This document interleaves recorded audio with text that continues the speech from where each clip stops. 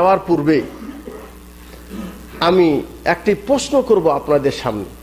সেটা হলো এই যে আমি যদি আপনাকে জিজ্ঞাসা করি যে আল্লাহ পাক আমাদেরকে কত দুনিয়ায় নিয়ামত দিয়েছেন, নিজের শরীর, পরিবার, জমিন, আসমান, সূর্য, আকাশ, এই সব কিছু যতগুলো নিয়ামত আছে, এই সকল নিয়ামতের চাইতে সবচেয়ে বেশি দামি এবং মূল্যবান নিয়ামত কোনটি?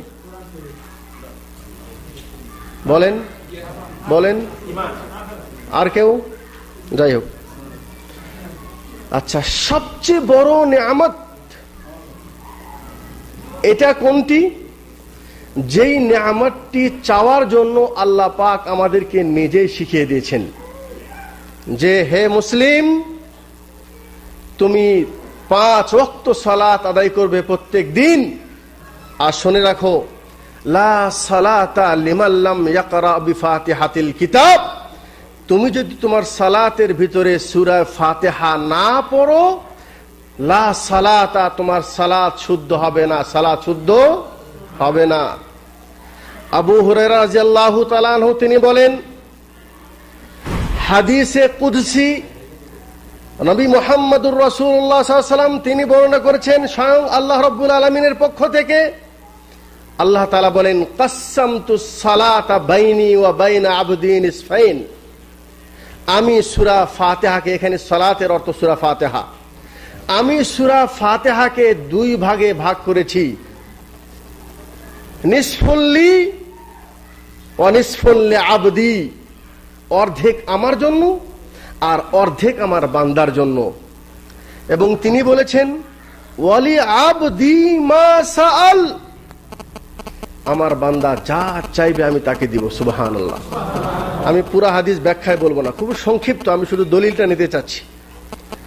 আল্লাহ নবী সাল্লাল্লাহু আলাইহি ওয়াসাল্লাম বলেছেন, ইযা ক্বালাল আবদু আলহামদুলিল্লাহি রাব্বিল আলামিন।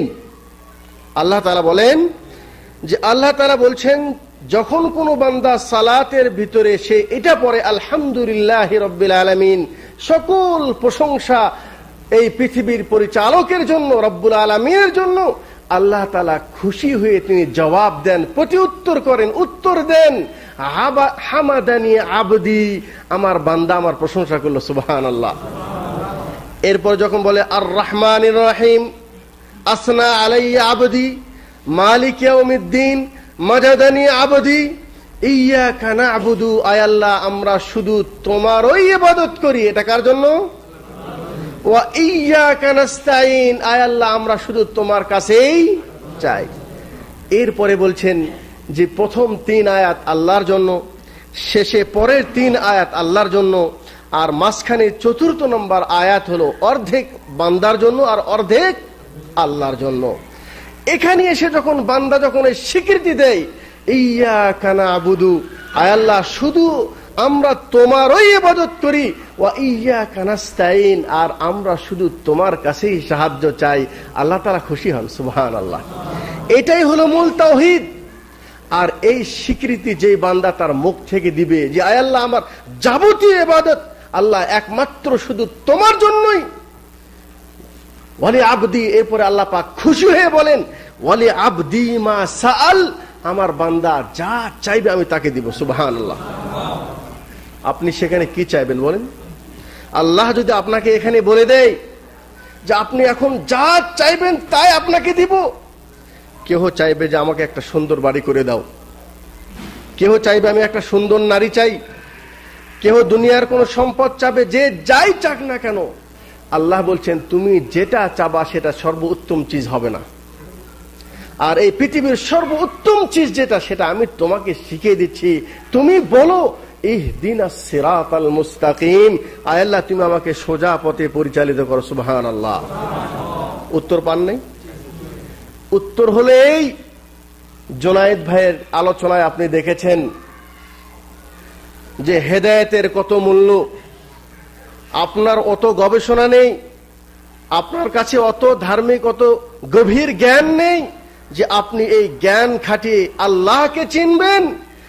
আপনার চাইতে অনেক বেশি বুখারী হাদিস পড়েছে যে ব্যক্তি, আপনি যাদেরকে দেখলেন একটু আগেই ভিডিওতে, এটা তো সামান্য কিছু অংশ।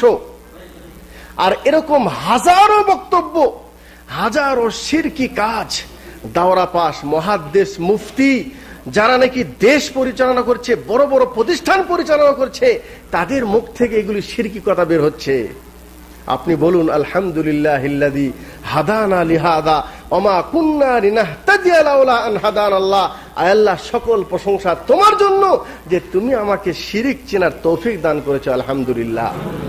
এটা বড় নিয়ামত, এটা এত বড় নিয়ামত। আরেকটা হাদিস শুনুন, সাদ বিন মালিক রাদিয়াল্লাহু তাআলা আনহু, তিনি যখন ইসলাম গ্রহণ করলেন, যখন মুসলমান হয়ে গেলেন, তখন তার মা তার সামনে এসে বলল, সাদ, আমি কি দেখছি, তুমি এটা কি নতুন করলে, তুমি এটা নতুন দিন গ্রহণ করছো কেন?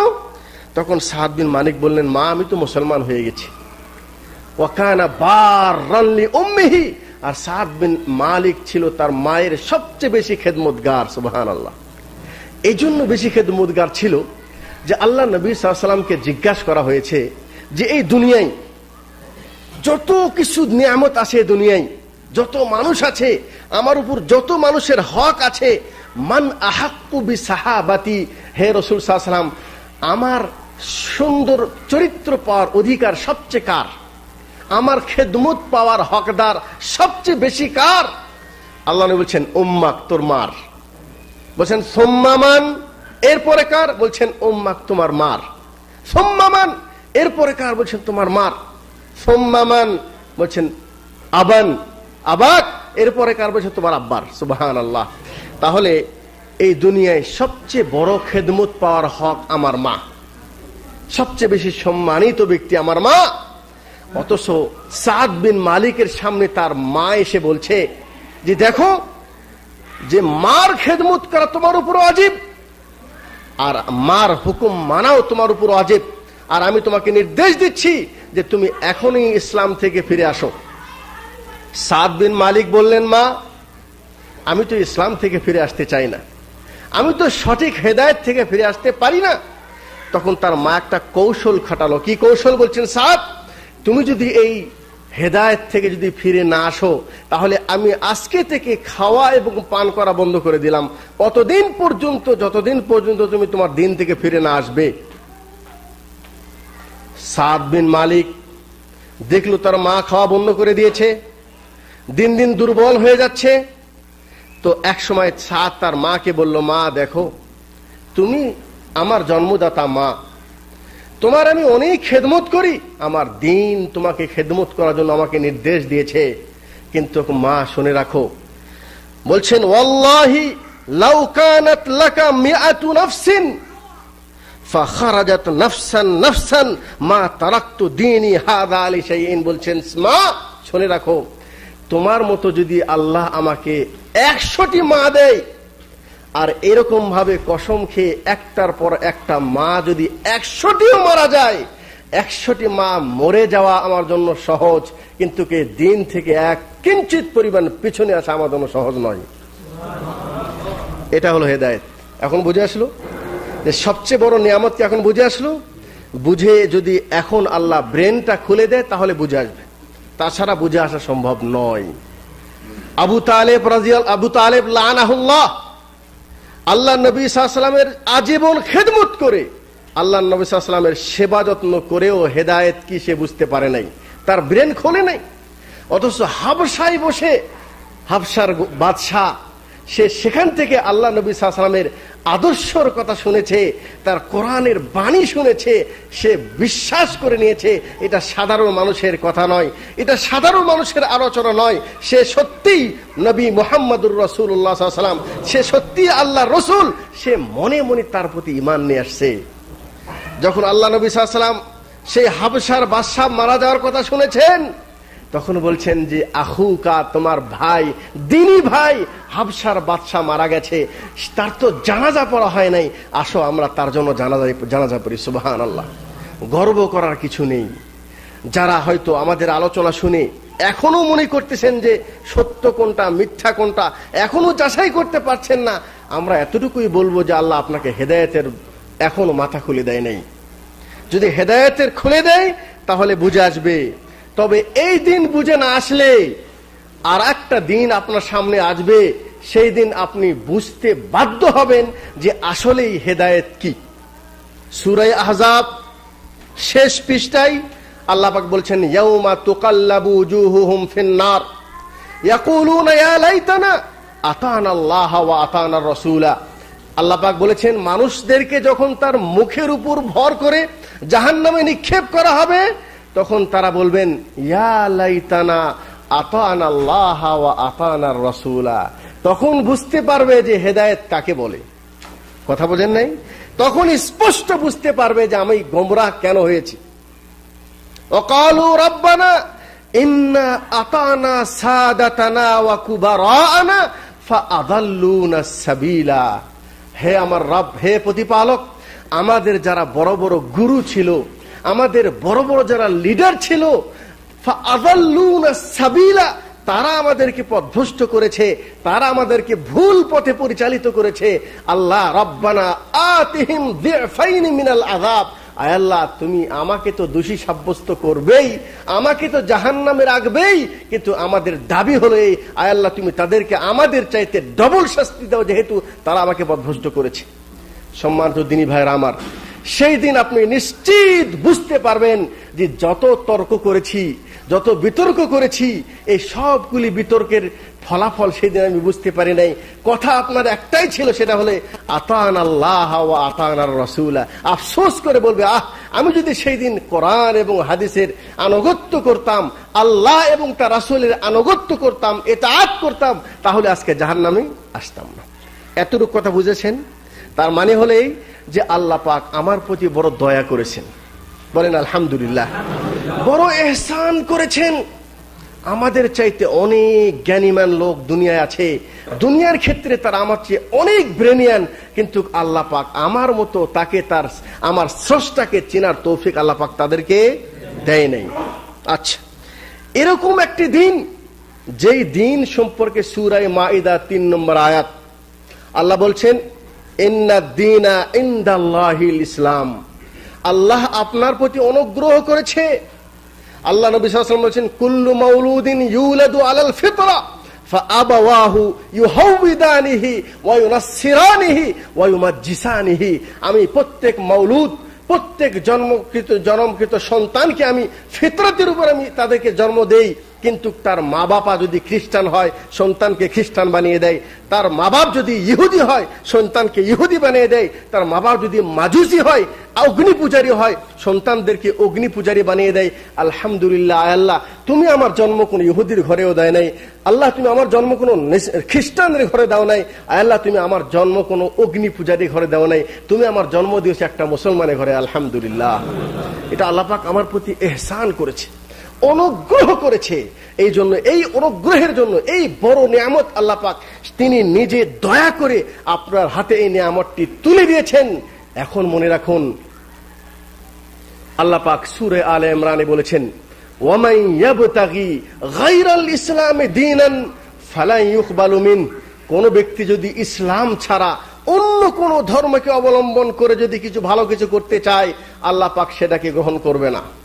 এটা একটা ওয়াইদ, আল্লাহর পক্ষ থেকে একটা ভয় দেখানো হয়েছে। এর পরের আয়াতে আল্লাহ পাক আমাদেরকে সতর্ক করে দিয়েছেন, কাইফা ইয়াহদিল্লাহু কওমান কাফারু, কাইফা ইয়াহদিল্লাহু কওমান কাফারু। আল্লাহ পাক সেই সম্প্রদায়কে কিভাবে হেদায়েত দিতে পারে, বাদা ঈমানিহিম, যাকে আমি ঈমানের উপর জন্ম দিয়েছি, ইসলামের উপর তাকে আমি জন্ম দিয়েছি, তাকে আমি মুসলমান বানিয়েছি। বাদা ঈমানিহিম কুফর, ঈমানের পরে যদি সে আবার কুফরের দিকে চলে যায়, তাহলে এই ব্যক্তির উপর আল্লাহ পাক কিভাবে রহম করতে পারে? আল্লাহু আকবার, আল্লাহু আকবার। কাইফা ইয়াহদিল্লাহ, এটা সবচেয়ে বড় জঘন্যতম অপরাধ। যাদেরকে আল্লাহ পাক হেদায়েতের আলো দেখায় নেই, তারা তো আরেক ধরনের মানুষ। আর আপনি আলোর ভিতরে আছেন, হেদায়েতের ভিতরে আছেন। এই হেদায়েত পাওয়ার পরেও যদি আপনি অন্য হেদায়েতের দিকে চলে যান, কাইফা ইয়াহদিল্লাহু কওমান কাফারু বাদা ঈমানিহিম ওয়া শাহিদু আন্নার রাসূলা হাক্কুন, এবং তারা সাক্ষ্যও দেয় যে রাসূল হক, রাসূল সত্য, এটা তারা সাক্ষ্য দেয়। ওয়া জাআহুমুল বাইয়িনাত, তাদের কাছে স্পষ্ট দলিল চলে আসছে। উলাইকা জাযাউহুম আন্না আলাইহিম লানাতুল্লাহি ওয়াল মালাইকাতি ওয়ান নাসি আজমাইন। ইসলামের মতো হেদায়েত পাওয়ার পরেও যদি কোন ব্যক্তি অনিসলামিকের দিকে, অনিসলাম দিনের দিকে যদি, অন্য দিনের দিকে যদি সে ফিরে যেতে চায়, ইসলাম থেকে যদি বিমুখতা অবলম্বন করে, বলছেন উলাইকাল্লাযী নালাআনাহুমুল্লাহ, আল্লাহ পাক আল্লাহর লানত, সব ফেরেশতাদের লানত এবং সকল মানুষের লানত তার উপর পতিত হয়, নাউযুবিল্লাহ। উলাইকা জাযাউহুম, তার বদলা হলেই আন্না আলাইহিম লানাতুল্লাহ, তার উপর আল্লাহর অভিশাপ, ওয়াল মালায়েকাতি ওয়ান নাসি আজমাইন খালিদিনা ফিহা লা ইউখাফফাফু আনহুমুল আযাবু ওয়ালা হুম ইউনজারুন। সে এত বড় অপরাধী, আল্লাহ বলছেন কিয়ামতের দিন তার সামান্য কোন দিন তার আযাবকে হালকা করা হবে না, কম করা হবে না, এবং আল্লাহ পাক তার দিকে রহমতের দৃষ্টি দিয়ে তাকাবেন না, নাউযুবিল্লাহ। সম্মানিত দ্বীনী ভাইরা আমার, আল্লাহ পাক আমাদের প্রতি দয়া করেছেন, রহম করেছেন যে এই ইসলামের উপর আল্লাহ পাক আমাকে জন্ম দিয়ে আমাকে এই পৃথিবীর সবচেয়ে বড় নেয়ামত আল্লাহ আমাদেরকে দান করেছেন। এই জন্য আমাদের মুখ থেকে সর্ব অবস্থায় এই দোয়া বের হওয়া দরকার, আলহামদুলিল্লাহিল্লাযী হাদানা। আয় আল্লাহ, তুমি যে আমাদেরকে হেদায়েত দিয়েছো, আয় আল্লাহ, এর জন্য তোমার দরবারে লাখো লাখো শুকরিয়া।